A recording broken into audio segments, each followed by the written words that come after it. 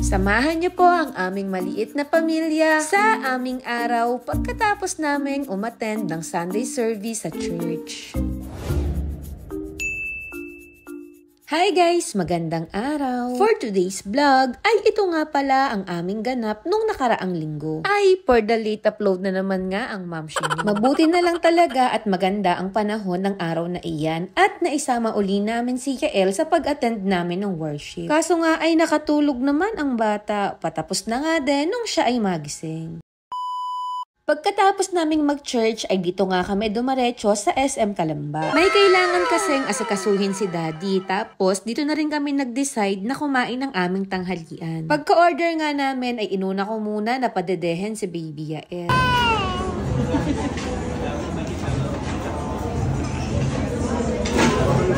At dahil nga linggo ng araw na iyan, tapos nasaktuhan na lunch pa nung dumating kami, ay sobrang punuan halos lahat ng kainan. Dito nga kami napadpad sa Chooks to Go. Unang beses nga namin nakakain dito. Kare-kare at palabok nga ang aming in-order mag-asawa. O diba, gulay is life, charot. Tapos si Baby naman ay sinubuan ko lamang ng konting egg yolk na nakalagay dun sa palabok. Medyo isip din kasi kami kung ano ang mga menu nila dito. Aba, ay nagulat nga din kami ni Daddy kasi lahat pala ng nasa menu nila ay only rice, mapa-jaba o plain rice. Kaya sobrang sulit din talagang kumain dito. Bukod nga sa masarap ay pabor din sa mga mahilig sa kanin. Pagkatapos namin kumain ay pumunta na kami sa dapat asikasuhin ni Daddy. At habang naghihintay nga kami ay sakto naman na may mga naggagalang mascot sa loob ng mall. At dahil first time na makakita ni Yael ng mga ganito ay sadyang nagulat siya nung una. Nagtataka ata siya bakit iba ang itsura nila. Hindi ko alam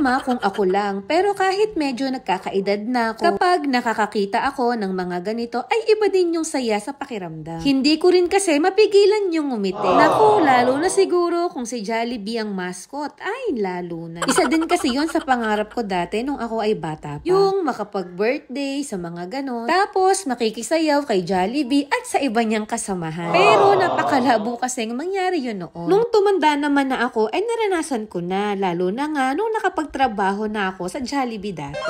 Ay lumayo na naman po ang Ma'am Shinyo. Kung saan-saan na naman napunta ang aking mga sinasabi. Nung mga oras na iyan nga ay nagpapahinga lang kami. At ang mag-ama ko nga ay tamang nood lamang doon sa nagpo-program sa ground floor. At meron na naman pong baby na nakalabas ng bahay. Hindi na naman mapakali ang kanyang mga paa. Sabi ko nga ay hindi na pwede sa kanya ang nakamedyas lang. Palagi niya na kasi itong tinatanggal. Hindi pa kasi kami uli bumibili ng mga pangpaa niya. Ang bilis lang kasi niyang lumaki. Yung kasing sapatos niya na binili namin noon ay parang isang beses lang na nagamit. Hindi na nga agad kasya sa kanya ay ilang buwan pa lamang naman. Habang naghihintay pa rin kami ay may nakita naman si Baby na mga bata na naglalaro.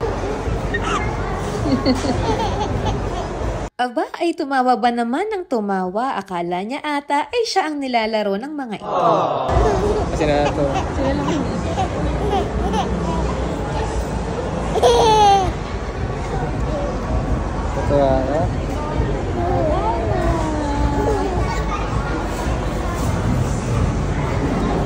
Happy ka sa kanila. Sabi ko nga kay Daddy, aba, ay gusto na ata ni Baby na magkaroon ng kasamang bata sa bahay, charis. Pagkatapos nga ng kailangang ayusin ni Daddy, ay umuwi na rin kami. At ayun lang po for today's video. Salamat ho!